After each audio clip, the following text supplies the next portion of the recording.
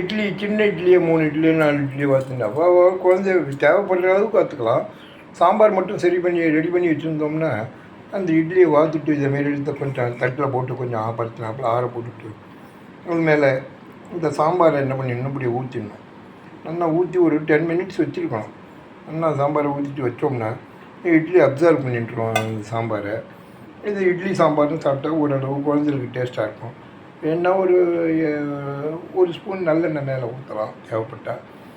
சாப்பிட்டா இட்லி சுவையான இட்லி சாம்பார். இட்லியை வறுத்துட்டு சாம்பாரை பண்ணி வச்சுட்டு அதையும் ஊற்றினோம்னா அந்த சூட்டோட இட்லி ஆடினோன்னா அந்த சூட்டில் சாம்பார் அது ஊற்றினோம்னா 10 நிமிஷத்தில் நல்லா ஊறிட்டு சூப்பராக இருக்கும். ஸ்பூனால் வெட்டி சாப்பிடலாம். குழந்தைகளும் விரும்பி சாப்பிட ஒரு டிஃப்ரெண்ட்டாக டெய்லி இட்லி கொடுக்குறது அப்படி மாறுதலாக கொடுக்கலாம்.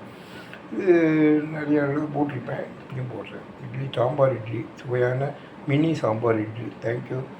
ராமசாமி ஃப்ரம் கும்பகோணம்.